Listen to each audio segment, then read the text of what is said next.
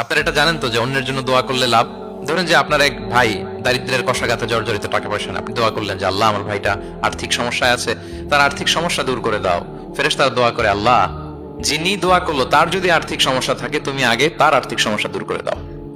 সুবহানাল্লাহ সুবহানাল্লাহ বিহামদি। তো এক লোক এই হাদিসের ফজিলত শুনে ইফতারের পূর্ব মুহূর্তে, যেহেতু দোয়া কবুল হয়, তার ওয়াইফ ইফতারি তৈরি করতেছে, এই হাদিসের ফজিলত শুনে এক লোক তার বন্ধুর জন্য দোয়া করতেছে যে আল্লাহ আমার বন্ধুটার তো এখনো বিয়ে হয় নাই, তুমি সুন্দরী রূপবতী একটা স্ত্রীর ব্যবস্থা করে দাও আল্লাহ আমার বন্ধুর।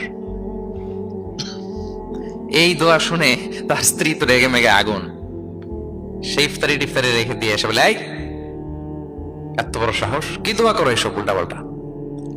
স্বামী বলে, কি দোয়া উল্টা পাল্টা, কি দোয়া করলাম? আমি তোমার বন্ধুর জন্য দোয়া করছি যে আল্লাহ তারে তুমি রূপবতী সুন্দরী স্ত্রীর ব্যবস্থা করে দাও। তো ওয়াইফ বলে, এই তুমি কি মনে করছো আমি হাদিসটা জানি না যে অন্যের জন্য ভালো কোনো দোয়া করলে আগে এটা নিজের জন্য কবুল হয়? সুবহানাল্লাহ। দেখেন ইসলামের বিধান কত সুন্দর। আপনি অন্যের কল্যাণ কামনা করলে এই কল্যাণ ফিরে আপনার দিকে আসে আগে। সুবহানাল্লাহ। তো এই বেদুইনের এটা জানা ছিল না, সে এসে দোয়া করতেছে, আল্লাহুম্মা আরহামনি ওয়া মুহাম্মাদা ওয়া লা তারহাম মা'ানা আহাদা। আল্লাহ তুমি শুধু আমারে রহম করো আর মুহাম্মদ সাল্লাল্লাহু আলাইহি ওয়াসাল্লামের রহম করো, আমাদের দুজনের সাথে আর কাউরে রহম করো না। রাসূল ইসলাম তাকিয়ে বলেন, হায় রে, একটা প্রশস্ত বিষয়কে সে সংকীর্ণ করে ফেললো। আফসোস করে বলতেছে, কারণ আল্লাহর দরবারে রহমের কি কোনো ঘাটতি আছে বলেন তো? আল্লাহর দরবারে রহমতের কোনো কমতি আছে? নাই।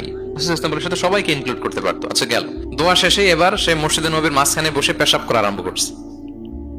এবার তো সাহাবারা রেগে মেগে আগুন, কি এত বড় সাহস, মসজিদে নববীর মাঝখানে পেশাব! সবাই উদ্ধত হচ্ছে, তাকে মারতে যাবে। রাসূল ইসলাম সবাইকে সামলালেন, থামালেন, বললেন, রাখো রাখো রাখো, ছাড়ো, আগে সারতে দাও। কারণ কেউ যখন ওয়াশরুম সারে মাঝখানে তাকে ডিস্টার্ব করা যায় না, এটা তার ক্ষতি হবে। রাসূল ইসলাম বললেন, রাখো, লেট হিম পাস ইউরিন, তাকে কাজ সারতে দাও।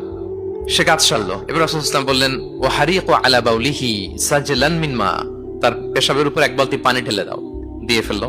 এবার রাসূল ইসলাম বললেন, ইন্নামা বুইসতুম মুয়াসসিরিন ওয়া লাম তুবআসু মুআসসিরিন।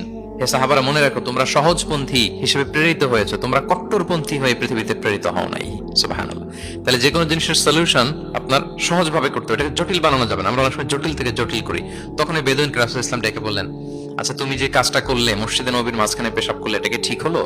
তুমি কি জানো এটা আল্লাহর ঘর, এটা আমাদের মদিনার কমিউনিটির ইবাদতগাহ, এখানে আমরা আল্লাহর ইবাদত করি, আল্লাহর জিকির করি, আল্লাহর কিতাব তেলাওয়াত করি, এটা কি তোমার ঠিক হলো? এইভাবে যখন আদর দিয়ে পরম মমতায় তাকে বুঝিয়ে বলা হলো, সে লজ্জিত হয়ে মাথা নিচু করে ফেললো। সুবহানাল্লাহ। রাসূল সাল্লাল্লাহু আলাইহি ওয়াসাল্লামের কাছে ক্ষমা চাই। আপনি কোমলতা, ভালোবাসা দিয়ে যা জয় করতে পারবেন, কঠোরতা দিয়ে সেটা পারা যায় না, খেয়াল রাখবেন। ভালোবাসা দিয়ে যেভাবে আপনি মানুষের হৃদয় জয় করতে পারবেন, কঠোরতা দিয়ে পারবেন না। এজন্য ইসলাম ফ্লেক্সিবিলিটিতে বিশ্বাস করে। ফ্লেক্সিবিলিটি, লা ইউকাল্লিফুল্লাহু নাফসান ইল্লা উসআহা। আল্লাহ সাধ্যের বাইরে কাউকে কখনো কিছু চাপিয়ে দেয় না। এজন্য ইসলামকে সহজ করে উপস্থাপন করতে বলেছেন তিনি।